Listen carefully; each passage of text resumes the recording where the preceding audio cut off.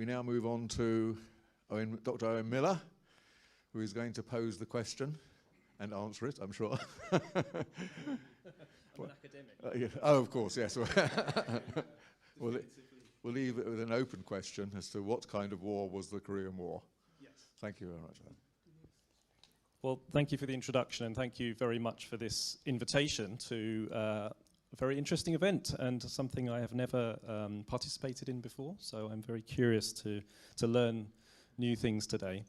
I should just say one or two things about myself and what I teach. So I teach at SOAS, and I teach mostly the modern history of North and South Korea. I actually teach a course on North Korean history, and I teach a number of other courses which deal with aspects of Korea's modern history in general, colonial period, post-colonial South Korea as well as North Korea. And of course, in those courses that I teach, the Korean War is of course a pivotal moment which usually these days gets at least one lecture out of a term. It really deserves more than that, but our teaching these days becomes ever more compressed, unfortunately. When I teach the Korean War, I mean, I teach it as a historian, so already I have a somewhat different perspective, I guess, to people who remember it and participated in it in quite a big way.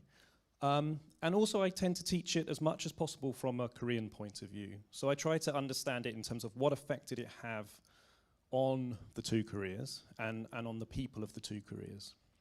But of course, at the same time, I do need to teach what actually happened in the war. I'm no military historian, so please, forgive me for that. But I will attempt here to give a brief rundown of the main, pivotal events during the course of the war. And another thing I'm going to say here, which again relates to the way that I teach this, is I try to get students, thinking about what kind of war was this war.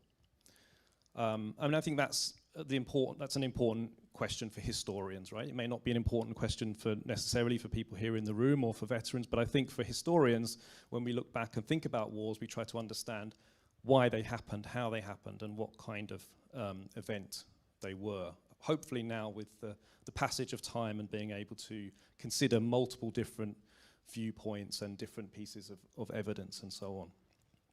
However, unfortunately, I'm not going to give a definitive answer on that, and I think I'm going to say that there are still very much ongoing debates about the Korean War and what kind of war it was.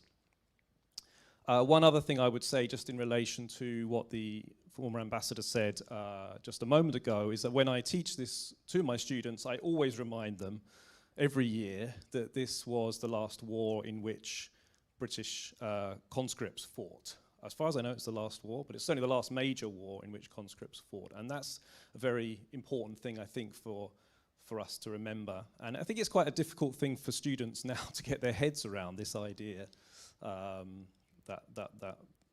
that's what, that there was this sort of war where people of their own age would have been going to fight. Not voluntarily, not because they were part of a professional army, but because they were conscripts. And of course, it was a war in which many people fought, both Americans and British and other countries who had been fighting not very long before in the Second World War. Is another thing that we should remember. Okay, let's move on. This image on the first slide I have here, I don't think I come back to this image, so I'll just mention it now. It's you may be able to work out what is going on in this image, or you may not. It's quite confusing. It's actually street fighting in Seoul. I think it would have been probably September 1950 after the Incheon landing. And you can see US GIs fighting behind a barricade. And in front of them is a building which has images of Stalin and Kim Il-sung. And in the center there, the emblem, the crest, emblem, I guess you would say, of the DPRK. Maybe it's something that appears on stamps, I don't know. Okay, here's what I'm going to try to cover. We're going to talk about the origins of the Korean War, and then about the very crucial aspect of the war, which is the decision by North Korea to actually go to war to reunify the Korean peninsula. We'll talk a bit about the course of the war, and then we'll look at the debates and the aftermath of the war. As with any historical period and event like this, you can always delve back further and further to find the origins. I'm going to just go back as far as 1945, which I think is the sort of historical remit of this particular event today. And of course, August the 15th, 1945 was the end of the war with Japan, the surrender of Japan, and liberation for Korea from 35 or 40, if you want to calculate it that way, years of colonial rule. And this is a very famous image taken outside the Seodaemun prison, a place that people may know, quite near the center of Seoul, taken on the day after liberation when political prisoners of the Japanese colonial government were released from the prison. I think it's a good illustration of the liberation as a moment of joy, as a moment of celebration, as a moment of possibility and hope, but of course we know with the benefit of hindsight that it was unfortunately no such thing, and that the country was immediately divided into two occupation zones by the Soviets and the, yes, a little bit higher, okay, by the Soviets and the Americans who occupied the north and the south respectively. I like this map, a very simple map from Life magazine in 1947, because it illustrates some very clear things about the division of Korea into two halves. It looks like an even division. The decision was made by the Americans and put to the Soviets, who accepted it, roughly on the basis that it's a sort of an even division. Actually, of course, as you can see, it's nothing like an even division in other ways, because North Korea had half the population, still has half the population essentially of South Korea. Also, South Korea has all the major sort of agricultural regions, which is sort of what you might call the rice bowl of Korea, illustrated neatly here by a rice bowl. And in the north, as you can see here, there was more industry which had been built by the Japanese during the 1930s. So the north had a slight advantage in that direction. These are the two emerging leaders of the Koreas in the years leading up to 1948 and the establishment of the two Koreas. So South Korea was established in August 1948 as the Republic of Korea. North Korea was established in September 1948 as the Democratic People's Republic of Korea. And I think most people probably familiar with these two people, Syngman Rhee, Kim Il-sung. Both of them had been exiles during the colonial period, nationalists in their own different kinds of ways, and both of them were sort of selected really by, or not exactly selected, but at least sponsored by the occupying powers on either side of the 38th parallel to eventually become the leaders of those two new states. I won't say any more, there's much more that could be said about that. I want to point out that particularly in South Korea, prior to the beginning of the Korean War, there was the beginnings of a civil war underway. This has been much studied now, particularly since the work of Bruce Cummings, which I might mention again at the end of this talk. But prior to 1950, there was a lot of unrest, particularly in the southern zone. There was some unrest in the northern zone, but much, much more in the southern zone under the US occupation. And this led to the biggest uprising of all against mainly really against the new Syngman Rhee government that was formed in 1948, and that is the Jeju uprising, usually referred to in South Korea as Sasam, 4-3, denoting the date when it began. It was a bloody uprising that was suppressed by by the ROK counterinsurgency forces, and it led to further uprisings such as the Yosu Suncheon.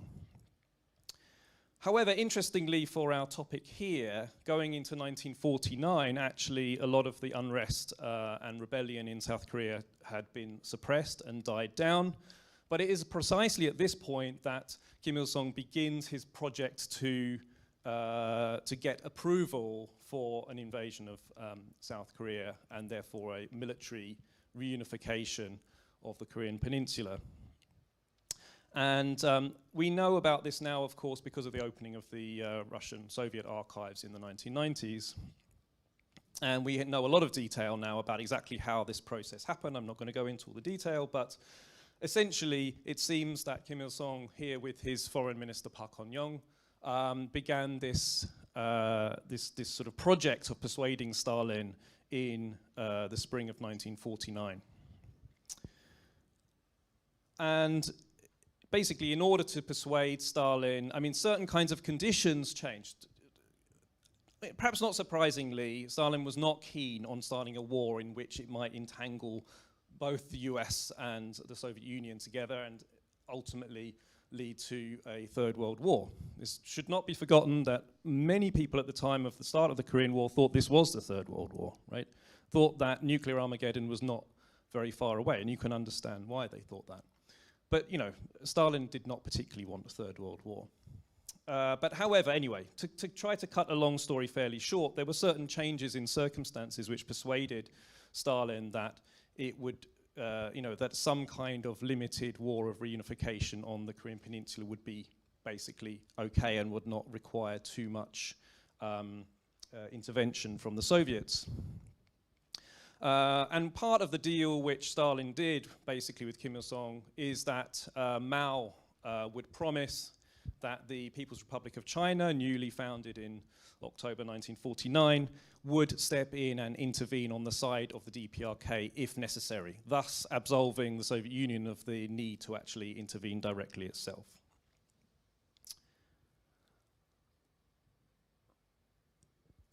So I'm going to go through a quick chronology of the Korean War.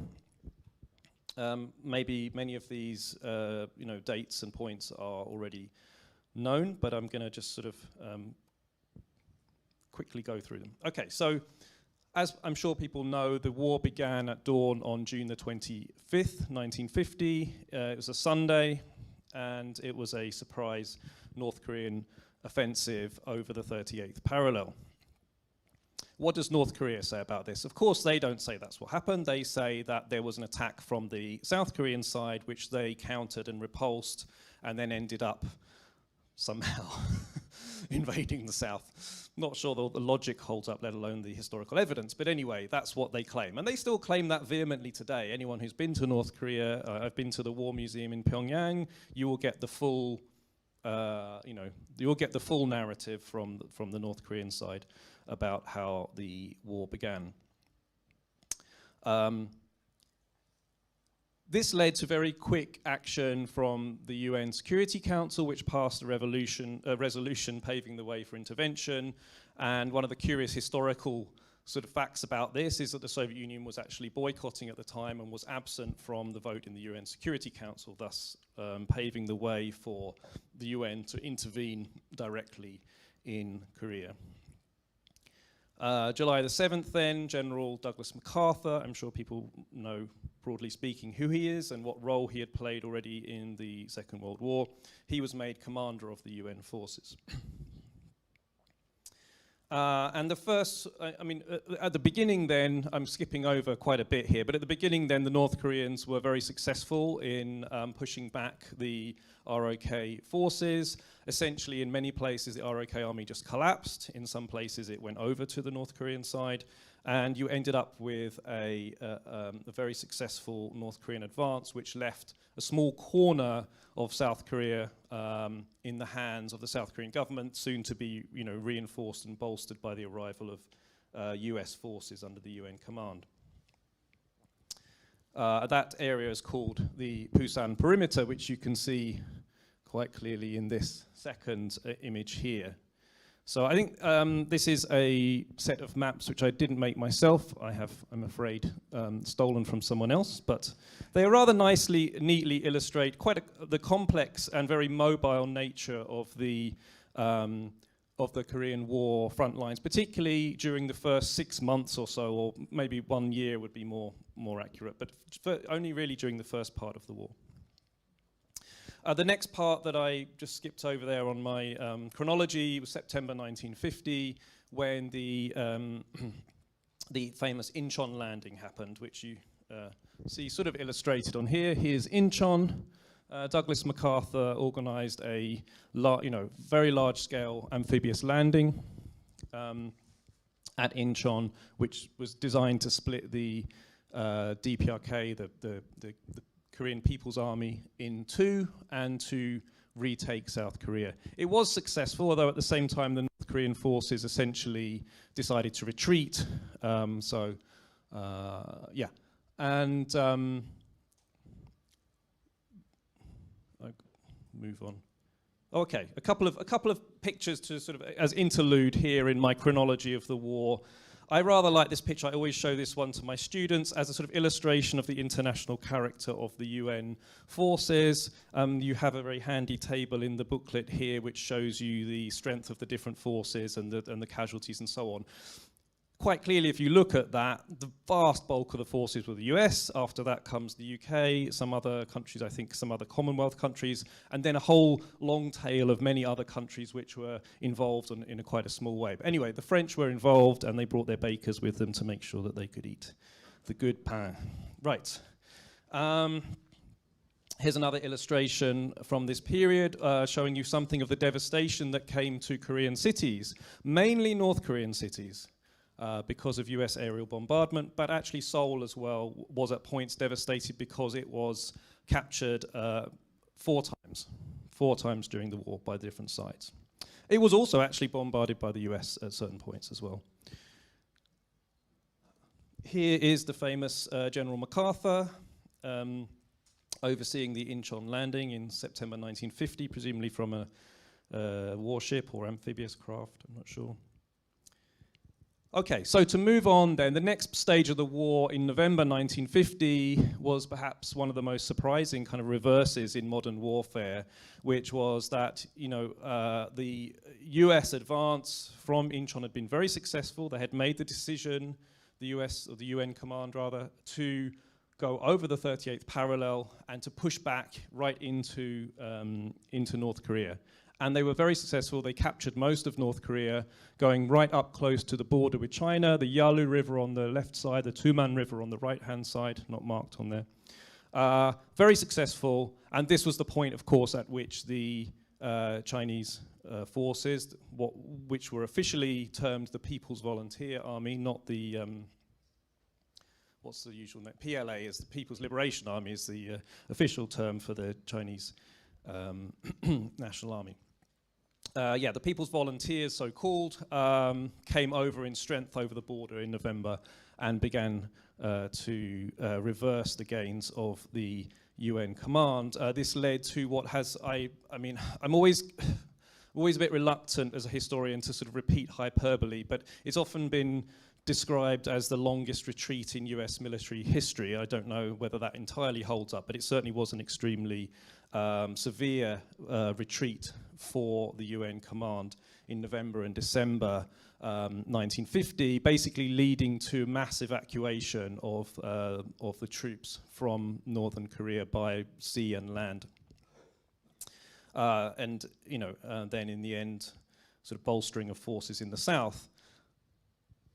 So this was a very successful combined Chinese and North Korean advance, which in early 1950 went as far as to retake Seoul for the second time.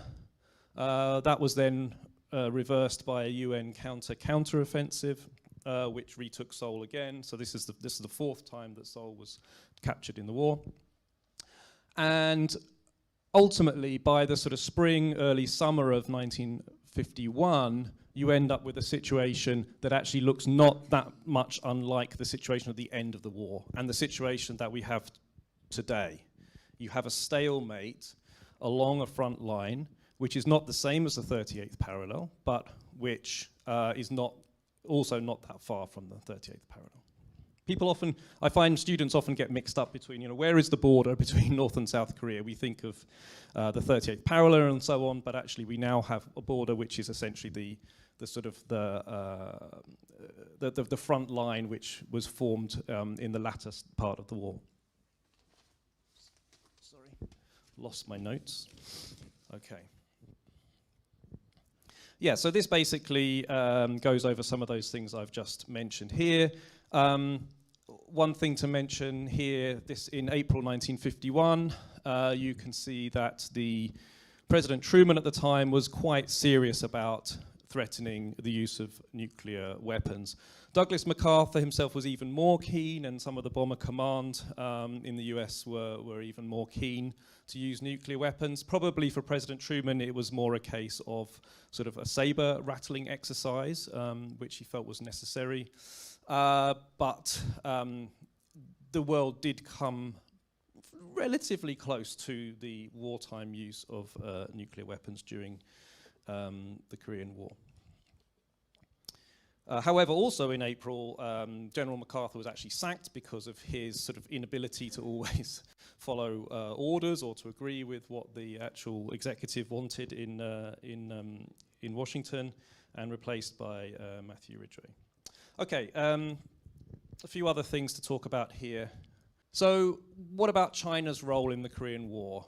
We have to remember that for China, the Korean War was a huge war. And of course, China also has its Korean War veterans and its ways of remembering the Korean War and thinking about it as the defense of Korea against US imperialism. That is, of course, how it is framed in China.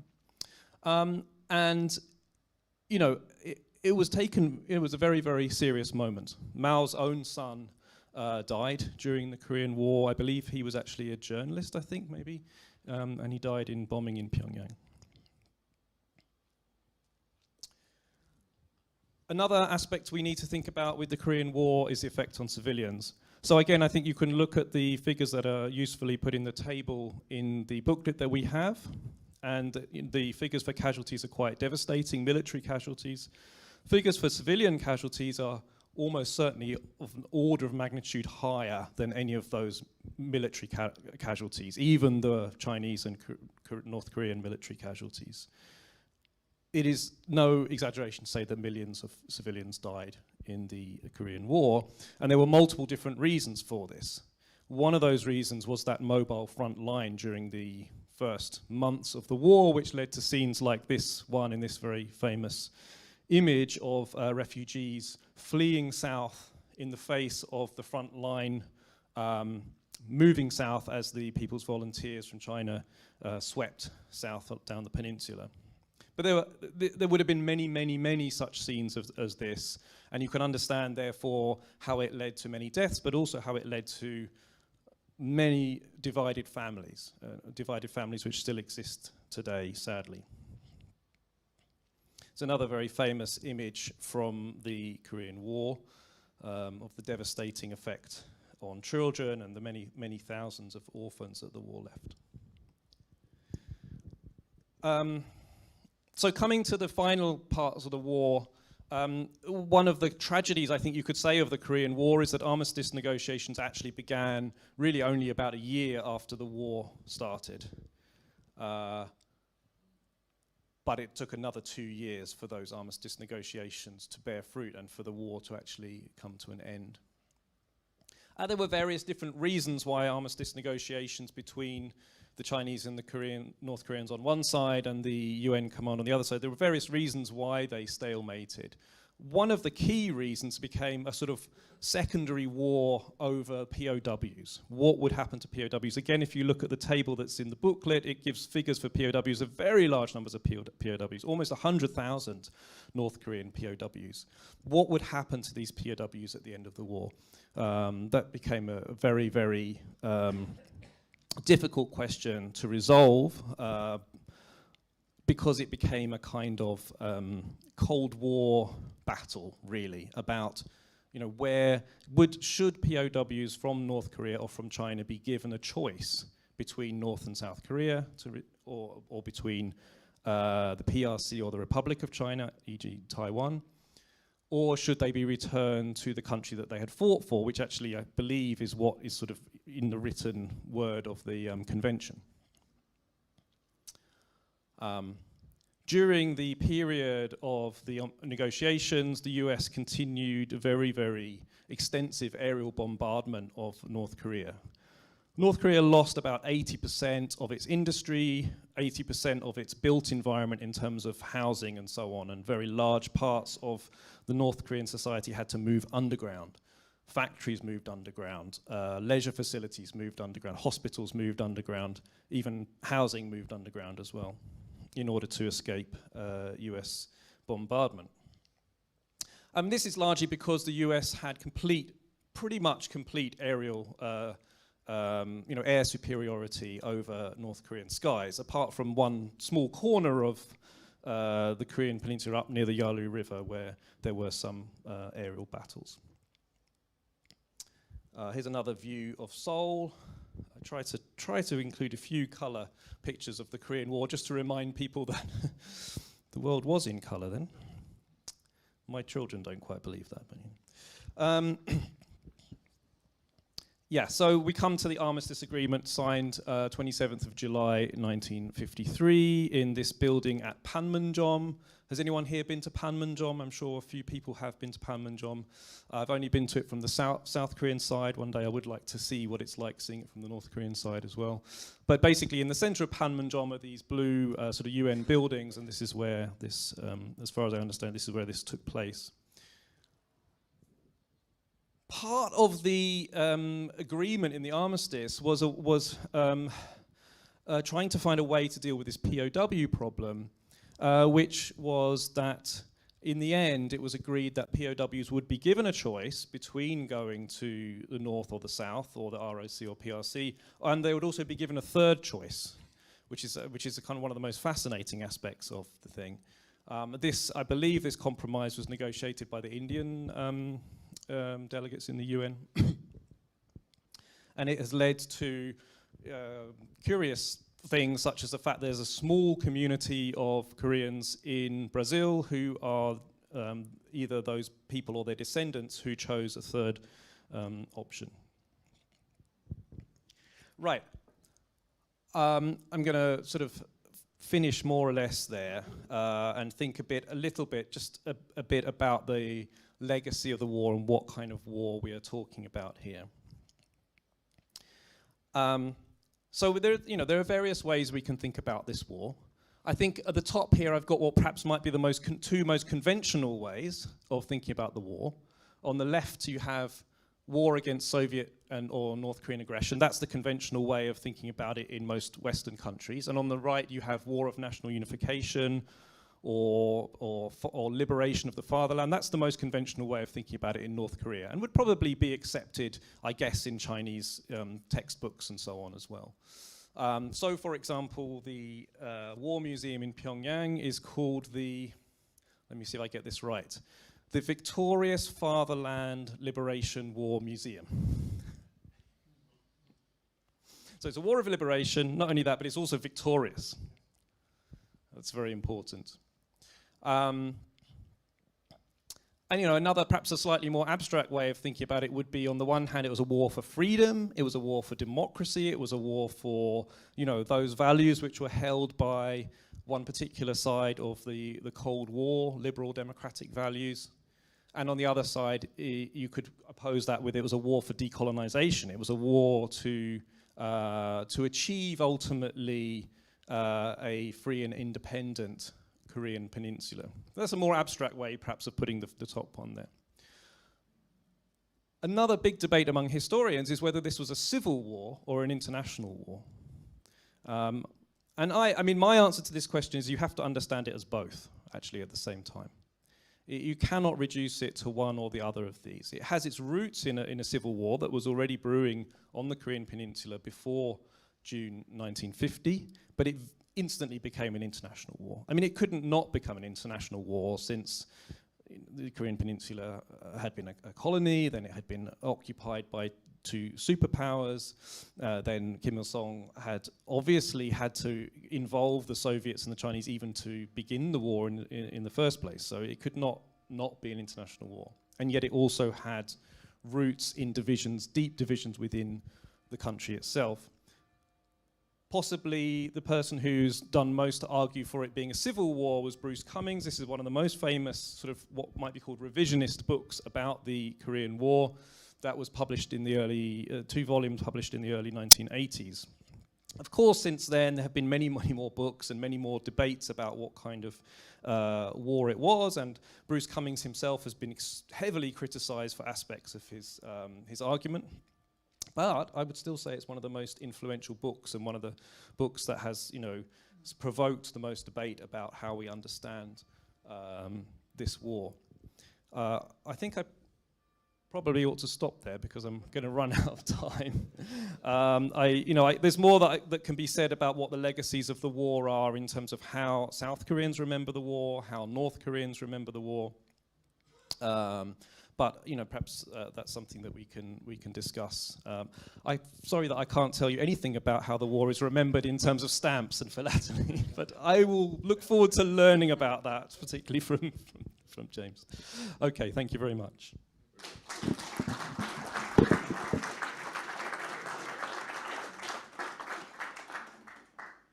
Well, I'd like to thank Owen for a fascinating overview. I think I'd imagine for some of you it's quite new information.